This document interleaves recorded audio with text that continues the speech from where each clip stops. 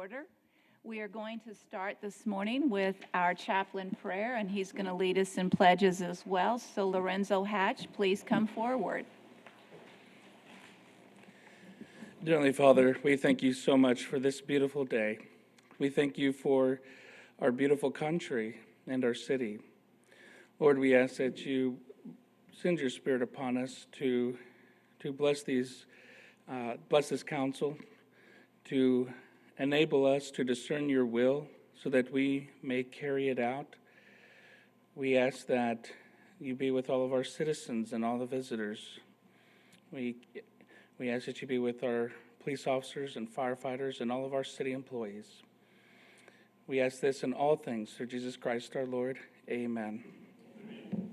I pledge allegiance to the flag of the United States of America and to the republic for which it stands, one nation, under God, indivisible, with liberty and justice for all.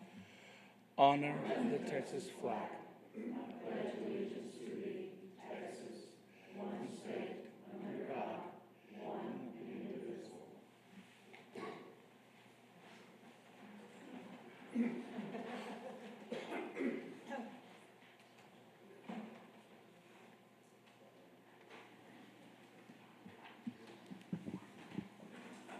With no proclamations or recognitions today, we will move into the public comment section of the agenda. Issues or concerns not on the regular agenda may be raised by the public at this time. Citizens should speak from the podium, address all comments to the dais, begin by stating their name and address or single-member district number, and limit their remarks to less than 3 minutes. I'd like to start by just offering a couple comments on first thing being Ken Landon. As you all know, he passed away last week, and he has been such a tremendous asset to this city. That International Lily Pad is one of the items or locations that when realtors bring people in from out of town, that's one of the first places that they take them. It has brought a lot of international attention to the city of San Angelo, and his contribution has been terrific. We all love fireworks, and I'm not sure what we're all going to do for fireworks next year, but he's been a tremendous, again, asset to the city in terms of knowing how safely to do the fireworks show. So for everyone out there, thank you for your letters of support for Ken Landon and your concern about what will happen to the lily pad. I've had lots of people send me emails or texts asking what the game plan is. They're so concerned that the lily pads will go away and that we won't continue to have them. So there is a plan. They're not going to go away. We know how valuable they are, and they will continue to go forward. I've had many people ask questions about whether the Delta variant of coronavirus has hit the city. I don't have any confirmation one way or the other whether the recent positive tests that we have are the Delta variant, but certainly the number of cases has continued to rise, and so have the number of hospitalizations. We just put it out there that we want to make sure everyone's continuing to take caution and make sure that they're aware that it is aggressively coming back into our community, and hope you all are practicing safe measures. With that, we will open it up for other public comment. Is there any please come forward and state your name, as we said, in your single-member district, and you are limited to 3 minutes. Thank you very much. Thank you. My name is Nelda Martin Nallen, and I reside at 3017 Paladuro. I am in Mr. Hebert's district, and I come to speak to you this morning on behalf of myself and my daughter, Leandra Nallen. Over 20 years ago, my daughter was on her way back to College Station to spend the weekend at her beloved A&M, where she graduated from college before she went on into the workforce, and she was in a horrendous car wreck. As a result of that car wreck, she is in a wheelchair, and my husband and myself have had to help her navigate the world in a wheelchair, and it's not an easy thing to do. She resides with me now that my husband has passed, at our family home. I had the privilege of listening to a presentation by Del Vasquez about a week and a half ago, in which he discussed beautification of San Angelo downtown. Very impressed with his presentation. But in that presentation, he talked about a ramp that was going to be built to give access at the Chadbourne Street Bridge to the river and back up. And so I questioned him about it. He told me that that was being supervised by a Russell Pohl, who is now, as I understand it, at Centurion Engineering. He had him call me, and we discussed it at length. Now, I need to tell you that there's two things to look at when you're doing what they call a slope. And the reason for that is because federal ADA lines, recommendations, are not the same as Texas. Whether it's because we have a governor that's in a wheelchair or not, Texas guidelines are much more stringent than federal guidelines with the regard to the slant of a ramp. And so we discussed the width of it and I said, I don't think you've ever tried to do this. So I want for you all to imagine today that you have something that weighs 170 pounds or up to 250 or 300 pounds that you're trying to push up an incline. It takes a lot of energy to do that. More importantly, what about when you're coming down? We enjoy, my daughter and I do, going to events here at the City Auditorium. If you have been there when I am taking her down to the handicap seating, you will see me backing her down. The reason is, one time I was bumped, let loose with my right hand from the wheelchair. The slant is enough for centrifugal force to take her away from me, and I'm going running after her to catch her. I'll need you to wrap up your comments, All right, please. thank you. So what I would like you to do is, in the future, when you're doing something that involves ADA, please have someone that's in a wheelchair or actually needs those services on the committee that makes those decisions. Thank you. Thank you. Is there any further public comment today? Good morning. Bob Salas, Neighborhood and Family Services. As a cost-saving measure, the San Angelo has become a regional training center for code enforcement, continuing education, and license renewal. We recently held a very successful training session, and I'd like to thank some of our guest speakers for sharing their knowledge and their time. I'd like to recognize John James, Director of Development Services, Jeff Fisher, our Principal Planner, Kathleen Dabbert, Assistant City Attorney, and Shelley Pascal for Stormwater Program Administrator. They shared some key expertise in zoning, planning, stormwater management, legal issues, and professional management associated with code enforcement. We certainly could not have done it without them. So, and a special shout out to Rudy Barra for organizing this event. So thank you. Thank you, Bob. Further public comment? Please come forward.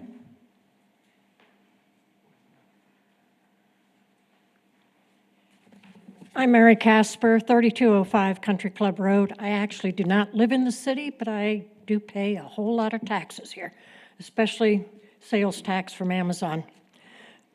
Good morning, Mayor and council members. I appreciate this opportunity to talk about the Chadbourne Street ADA ramp.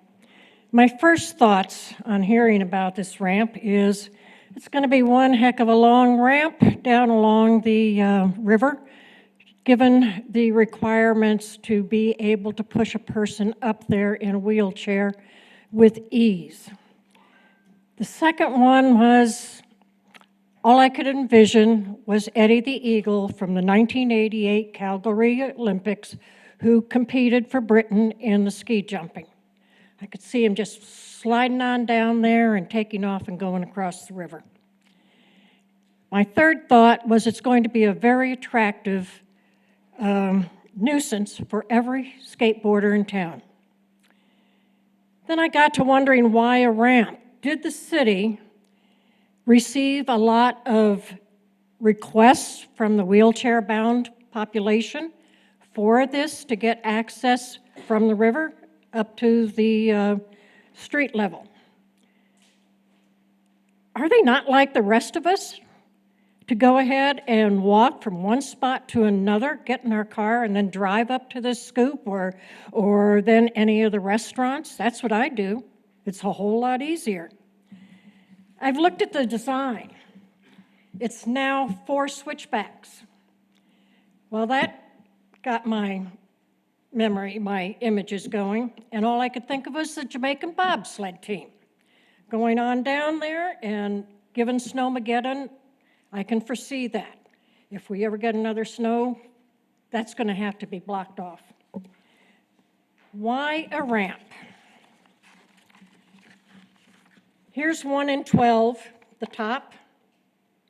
1 in 16, which is comfortable. 1 in 20, which apparently is a Texas. What I have for all of you is a challenge. Before you vote on this, supposedly it's not a done deal, but then again it might be because you don't want to lose the money. Part of your job is to go ahead, and if it is a bad idea, to say, no, we're going to eat the loss. I want all of you to pick a ramp, either at Bobcat Stadium, the City Auditorium, or the Coliseum. Put a 140-pound person in a wheelchair, not a light one from the hospital, one that somebody uses all the time with the footrests and everything else, and push that person up and down that ramp for a total distance for this entire ramp, and see how easy it is.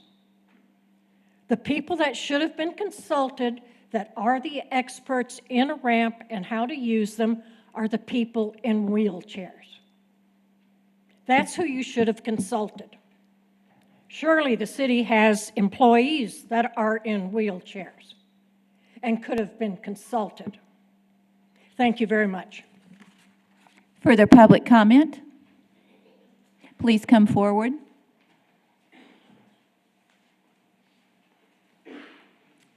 Susie Smith, 3601 Willowbrook. Would you pull the microphone down a little bit, Susie? If it can. If not, just get on your tip. No. We'll be okay. We'll get it figured out.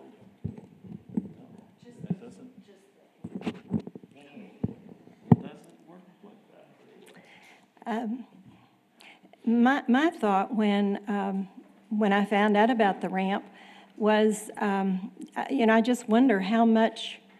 I know we have a wonderful ramp there besides the museum, and I have used it a few times when I've gone on the walk for Life for Walk along the river, which is a wonderful event in April. But I've used it to avoid the steps sometimes. But the idea of someone using that on a regular basis to push a wheelchair up and a wheelchair down, I just wonder, even that ramp, how often it's used. Thank you. Thank you. Further public comment? Yes, come forward. I can't see over this podium, so my apologies. But I saw a hand. Good morning, Council. Good morning, Mayor. morning. My name is Sylvia Martinez. I live at 818, and my council man is Mr. Thomas, I think. I come today because I'm very happy for the houses that you all are letting people move in these new houses, right? But I live on San Jacinto Street, and that street is very narrow. There's people that abuse, they don't let us even get out of our driveway. And if you're going to design all these houses and give permits to all these houses, why aren't y'all designing a way that us people that have been there 20 or 30 years can get out of their driveway? Because it's getting ridiculous, Mayor. It is just Are you terrible. meaning that people are parking in front of your driveway? And they're parking and their driveway's right here and mine's over here. Okay, and then they park and then they should park by, right here, by the curve. Well, they park like angled. And if there's somebody visiting me or the cleaning lady that helps me, and then how they park, when another incoming car wants to pass, Mayor, they can't pass through. There's going to be an accident. So that's why I came, and I came because the stop at Foster and by Reese Albert, you cannot see. We have to go halfway to the middle of the street so we can go either to the right or to the left. And I'm concerned about that. And I'm very proud of the man that brought up the trash thing because it does need looking into. And thank you, Mr. Thomas, for all you do for our side. I really do appreciate it. Thank you, sir. Would you repeat your address in that street? I didn't catch it. I live at 818 San Jacinto Street. And I suggest, Mayor, if you need somebody to look over there on that side, I volunteer to look the houses that need cleaning and stuff because I would be glad to do it for the city. Thank No you very charge. much. More public comment? With no more public comment, we will close the public comment section with one last comment from me, and that is, Shane, I've gotten tremendous positive feedback on that changing of the lights on Sherwood Way and Southland. So people are really appreciative of how you reworked those signals. Everyone's noticing it. It's made a huge difference. Thank you. Okay, so with that, we'll move into the consent agenda. I will go from each council member to see if there's an item they would like pulled. So I'm going to start with Tommy. Mayor, I'd like to pull item D. Okay, item D is pulled. Tom? Nothing to pull. Harry? Lucy? H. H? Lane? And Larry? Okay, with that, may I have a motion to approve all consent items with the exception of D and H? So moved by Lane. Second. Seconded by Lucy. Any public comment? With none, we will take a vote. All in favor of approving the consent agenda, say aye. Aye. With none opposed, motion passes 7-0. We will now do item D, consider awarding WU-07-21 caustic soda to TR International Trading Company in the amount of $287,550 annually for 1 year with 3 additional 1-year term extensions budgeted for purchase in fiscal years 2021 through 2024, and authorizing the city manager to negotiate and execute all related documents. Allison? Good morning, Mayor, Council. I asked for this item to be pulled because on Friday, we were notified by the low vendor, which is TR International Trading Company, that they were no longer able to honor the pricing. This was due to the freight cost that has, I guess, escalated or elevated to a point that they can no longer provide that chemical at that cost. So I am asking that we approve or move to the next lowest vendor, which is Univar Solutions USA Incorporated, and that will bump the annual amount up to $303,750. So I'd like to amend who we're awarding to and the annual amount. We have contacted Univar, and they are able to hold their pricing at this time. And so that is a secure bid, the $303,750. From what they communicated on the phone yesterday, yes, ma'am. All right, so, and that would be for 3 additional one-year extensions? Yes, this is an annual bid, so if we do see the market, the chemical market right now, especially for chlorine and caustic, we are seeing that those costs are rising rapidly. And so we will rebid if the market stabilizes at the one-year mark. Okay, Move approval, Mayor, of Univar at the 303,000. okay. I have a motion. Do I have a second? Second. Second by Tom. Any public comment? With no public comment, we'll take a vote. All in favor of approving the next lowest bidder, say aye. Aye. None opposed, motion passes 7-0. We will move on to item H, and that item is consider a resolution allowing the city of San Angelo to accept a donation of $20,000 for applying chip seal to alleys in the South Ridge subdivision. Patrick, you're on. Yes, ma'am. So this request came to us from the Southridge HOA to do some enhanced maintenance or chip sealing on their alleyway. That's not typically a service that the city performs, just simply due to a lack of resources. All of our streets and maintenance dollars and resources are focused on the street maintenance activities, and so alleys are generally receive just pothole repairs and routine maintenance like that. So in order to facilitate that, Southridge asked us if they could pay for that service. So working with our city attorney's office, we found a way that the Southridge HOA could donate those funds, which allows us to put that in next year's chip seal bid, the actual bid, so that any bidder or any contractor that wants to come in and perform the service is aware of that and brings in the proper machinery to do that particular service.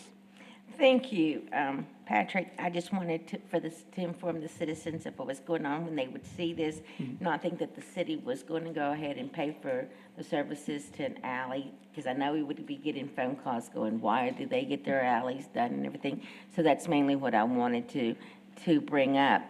So this is not going to be an in-house work. It's going to be This will not be an contracted out. in-house work. This will be part of our 2022 chip seal program. Okay, thank you. Yes, ma'am. I move Any, to approve this. Okay, a second? Second. Second by Tommy. Any public comment? With no public comment, we'll take a vote. All in favor, say aye. Aye. With none opposed, motion passes 7-0. That concludes the consent agenda. We will move into our regular agenda. Comments regarding items on the regular agenda may be made by the public when each item is discussed as outlined above. Applicants, proponents, and appellants are accepted from the time limit above and must limit their remarks to less than 5 minutes.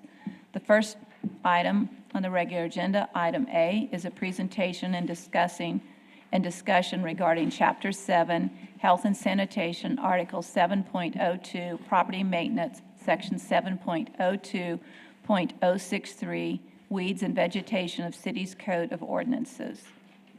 Patrick? Good morning again, Mayor and Council. I'm Patrick Furrick, the Assistant Director of Operations. At our last meeting, Councilman Thompson asked us to bring forth a discussion and a presentation about what our right-of-way mowing that the city performs looks like and what we're doing in respect to that. So, let's get so the right-of-way maintenance is dictated by our Code of Ordinances, Section 702.063, which regulates the growth restrictions for weeds and vegetation within the city. You see there A1, it basically dictates that anything that's 12 inches or higher is regulated by code and thus must be maintained by the responsible party. In that definition there, you see it refers to a lot, tract, parcel of land, or portion thereof. That the critical word there is lot, and the definition of the lot in that is not only the property of real property between the property lines that a person owns, but also the distance between the property line from the property line to the back of the curb. If you look there at that definition, the property located between the property line and the curb and the property line in 1/2 width of the alley. That's the extent of the responsibility when it refers to this code for a lot owner. Historically, the city has we have a list of areas that we mow on an annual basis on a cycle throughout the city. In 2017, we looked at our core services, our services that we were performing, and we found that a lot of the areas that we were maintaining as a department were actually dictated by this code and were the actual responsibility of the adjacent property owner. So thus, in 2017, working with our city attorney's office, they reiterated that definition, gave us direction, and thus we started a program that systematically removes those areas that we maintained as the city and place those back on the responsible party as per the Code of Ordinances that was put in place in 1996 by council. Part of that process, the property owner will receive a notification letter. They receive a copy of the CAD showing that they do own the property, and they also receive a map that highlights the particular area that we're talking about. So if you look at the example there on your screen, the area, this is kind of a typical, what I would call a typical home residential lot in the city. You'll see, if I can get this to work, this area in between that property line and the back property line is the lot ownership. The code extends that responsibility to the red line on the front and the red line at the street line. So the red line at the bottom is the alleyway. That is the alleyway, yes, ma'am. So it extends to half of the alleyway. Half of the alley. So the property owner on the back side of that would be responsible for the other half of the alleyway. So this is a typical scenario. Obviously, most residential properties will mow all the way out to their curb. Even though it is right of way, that's the way the code dictates. What was happening is in some places throughout town, our crews were going through and mowing that particular stretch in front of a home or along the side or in the back of a property. So it wasn't being applied, the code wasn't being applied equally across town. It was being applied just kind of as properties came onto our list. And there was a number of ways that happened. Either it was a one-time request that was just perpetually placed on our mowing list and just never got taken off. It was a private lot or a tax lot that was then resold and now is private property that we can just continue to maintain. Or it was a site restriction for vehicles in a high rain, high growth year, and it just, again, got placed on our list and just never got taken back off. So what we started doing, like I said, in 2017 is systematically removing these properties off of our list. We do it in a contiguous area so that everyone in one area is affected at the same time. They get the notification, 30 days later, our crews come by and they mow it one more time so that it's in a manageable state for that lot owner then to just maintain moving forward. Leave that picture up for a minute.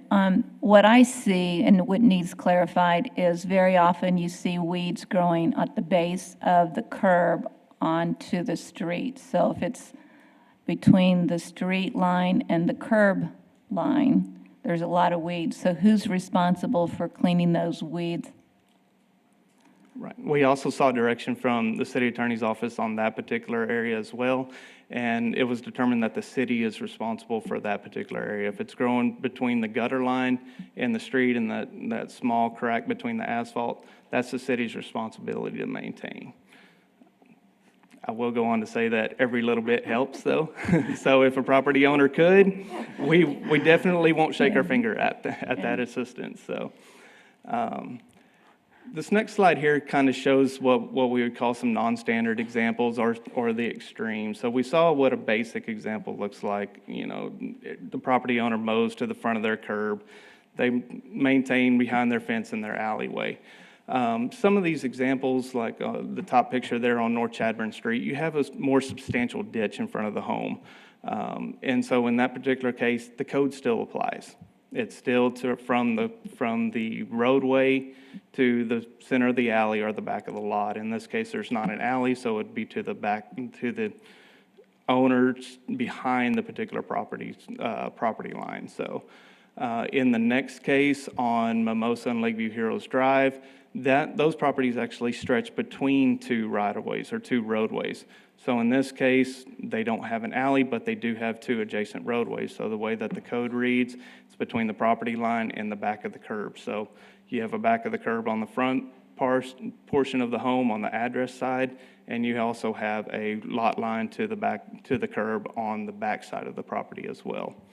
Along Southwest Boulevard is another one of those non-standard examples. We're all familiar with the wall on Southwest. So from the wall to the back of the curb is still the responsibility of that adjacent property owner. So again, those are some non-typical examples that still fall within the definition that's in the Code of Ordinances. If you look at this map, hopefully it's clear, but all of the dark gray areas are areas that we have removed from that list.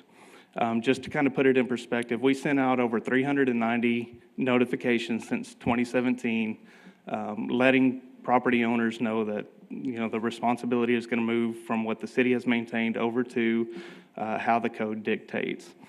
There's 895 particular areas here, which is about 126 acres that we've been able to place back onto the responsible party of the citizens as the code dictates. And they've all been notified. They've all been notified. They've all had that 30-day final mowing and have since been taken over that responsibility after that 30-day mow. And you see on the picture as well that we don't target a particular place in town. It is all over town. We do take areas, remove those areas as we come across them. Again, we work in small bunches of contiguous properties in a contiguous area, just so that everyone is affected at the same time, so that when a neighbor says, well, did you send a letter to my neighbor? Yes, we did at that time. So everyone along your street is aware of the ongoing responsibility. So with that, I'll be happy to answer any Tom, do additional you have questions or comments? Patrick, like the one I'm talking about is on Lakeview Heroes. I mean, those people had the property line long before Lakeview Heroes came there. I mean, they had no responsibility past their fence line. Now, because of their fence, which was there prior to Lakeview Heroes, what you're saying is they do have the responsibility from that fence line to the street. As the code reads, yes, sir. Okay, to maintain, because that's been an issue. But what you did clarify is you've done one final mowing.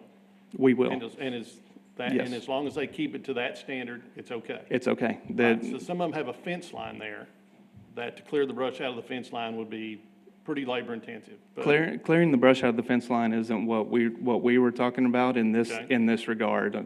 If that's a code enforcement violation, that would be taken forward through code.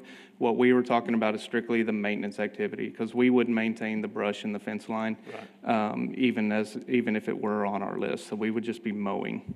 is there an ag exemption? Like if you go down Lakeview Heroes, like on the south side of that, it's all pasture. There is an exemption if the lot itself is over 5 acres and is undeveloped. At that point, the city is responsible for that maintenance, but it has to be over 5 acres. Even though somebody owns that lot? Even though somebody owns it, the way that the code, there is an exemption within this code that says if it is over 5 acres and is undeveloped, that the city is still responsible for that maintenance. And we do apply that appropriately. I was not aware of that one. Do you have further questions, Tom? I'm good. Didn't you want to make a motion unless somebody else has a comment?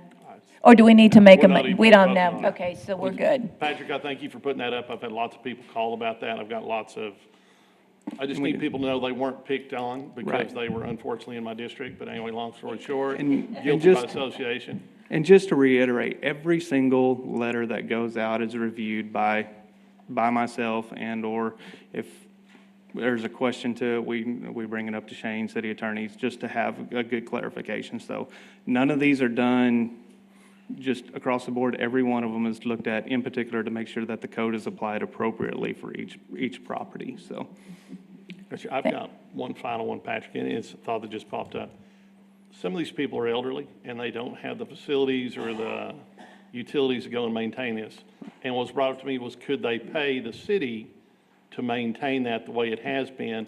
And I told them I would have to ask. I said, but you could probably find somebody privately, Right. commercial, that could maintain that as cheaper.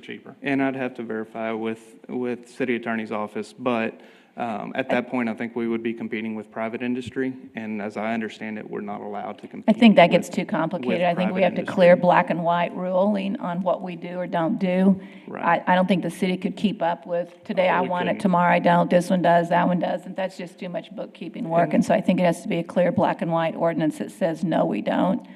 Hire the private firm. And that is the reason for the 30-day notification, to give them enough time to find somebody to help them out if they need that assistance.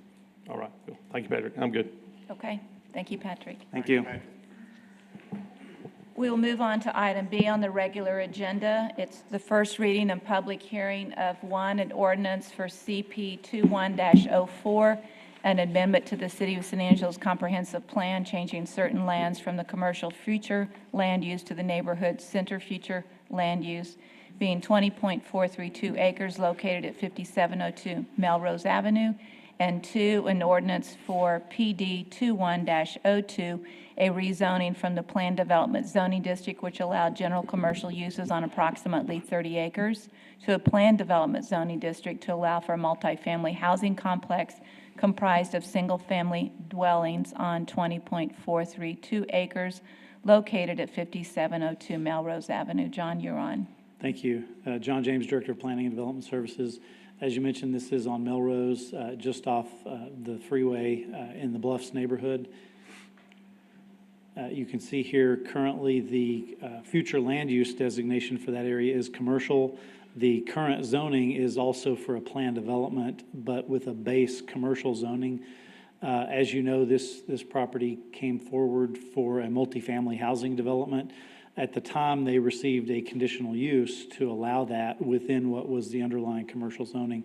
And so now that it's being developed and largely in the process of being developed, because of some things that I'll mention in a minute, we're coming back with this new plan development, but at the same time, we'll be changing the zoning, that underlying zoning to multifamily, which again is how it's being developed as we speak. We did send out our notices. We received one in opposition. The concern expressed in that one, as you see in your packet, was traffic. Again, this is already underdeveloped. Approvals have already been given. And so at this point, even though you're technically rezoning to a planned development to allow multifamily, they already have that multifamily approval from their prior approval. But this is kind of cleaning up that zoning. But the main purpose, as you'll see, is to allow them to revise their concept plan and their development plan and address a couple of issues that have come up. The main issue here is the fencing. Under our zoning ordinances, the front yard fence, which is adjacent to the street, is required to be no taller than 4 feet. In this case, this happens to be the backyards of those homes, but it is still facing a street, and therefore the fences are still limited in height.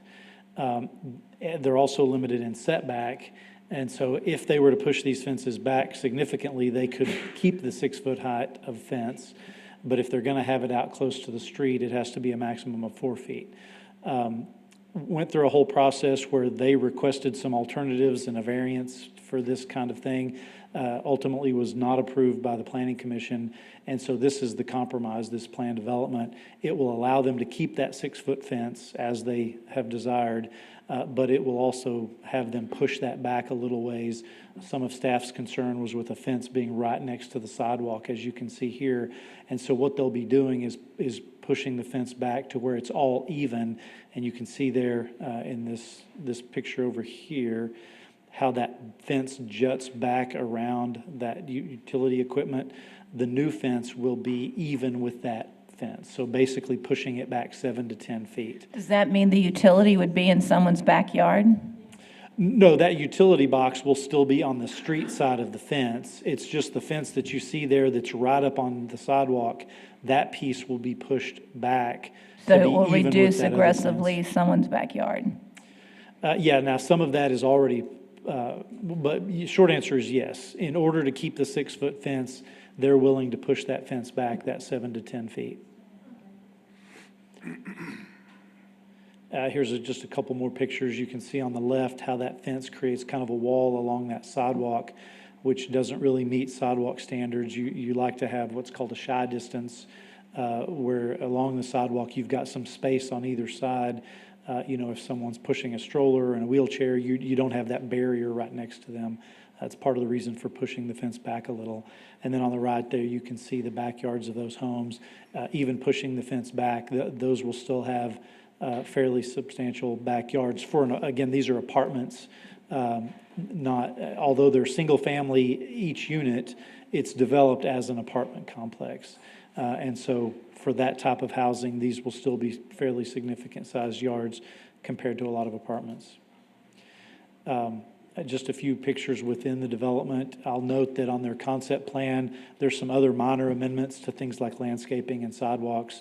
But again, there's been no opposition to that. Staff is supportive as well. Just another couple pictures of some of the homes on the property. Again, this is kind of an odd development. It's a unique development that we haven't seen before in San Angelo, but it's basically an apartment complex, but each home is separate, individual, standalone. And these are just the north side of the concept plan and then the south side of the concept plan with those revisions to the fencing and sidewalks and landscaping. I'm not going to read through all the rationale. This is in your staff report, but basically this brings this into compliance with our ordinances, and where it's not in compliance, like with the fencing, the plan development specifically allows the alternative that staff worked with the applicant to achieve. This did go to the Planning Commission, who approved it or recommended approval unanimously, and as I mentioned, staff is also recommending approval. There are 5 conditions of approval. And basically, that first one is what's allowed on the property, the multifamily housing, and including the amenity areas and offices and all of the things related to an apartment complex. Except as otherwise specified, it has to meet the multifamily housing zoning standards. There's some limitations on lighting, being in a neighborhood, the fencing, as I mentioned, and then it revokes and replaces that previous conditional use because this plan development basically allows the same thing that did. With that, I'd be happy to answer any questions. Just a note here, and the applicant is aware of this, before we issue the final occupancies within that development, they have to complete the moving of that fence back. But there are already people living there. Yeah, well, yes, and those already have certificates of occupancy. They're Okay. doing it in phases, so before the future phases can be completed, they'll have to move the fence. The response to this project has been phenomenal. And when you say use the word odd, I think that's an incorrect word. It's been a Sure. unique project that it's the first in the state of Texas. It models after a project similar to another state, and the response has been phenomenal. And I think we have to make sure we have flexibility to address certain issues that are not cut and dry, black and white, because this has been a wonderfully successful project, and I don't think we should allow the commercial zoning to get into the way of this project and what it offers to consumers. So I move to approve as presented. Yes, Larry? Based on the previous speaker talking about code enforcement, if they push back these fences to that distance, the responsibility is on the property owner to... It is. Now, normally that might become a little problematic if those were individually owned homes. But in this case, it's a multifamily apartment type project. As I understand it, the maintenance will be joint maintenance from the apartment complex for the whole property, so that would be less of a problem. You don't know if their plan is to xeriscape it or just leave it as lawn? I think the applicant's here. He could probably answer that. I believe it will remain in that grass. As you might have noticed from a couple of those pictures, they have xeriscaped portions, and portions are grass, and so it's a mixture that they've done throughout the property. But yeah, he could probably answer that better than I. I think it would be interesting to find out if there's something in the lease agreement that requires the owner to mow that area out there, who it falls on. Okay, and again, I think the applicant could probably answer Well, since that. they're not owned by the occupant, it's owned by the apartment complex, but, I mean, But that in would the be lease unusual. agreement- In the lease agreement, the owner of the property could require each of those individuals to mow that area out there. Well, not in an apartment complex if you had A housing development, yes, but not an apartment complex. I don't know any apartment complex that asks the residents in those apartments to mow the lawns. I mean, I would be shocked. But again, the developer is here. If he'd like to come forward and make some comments, please do.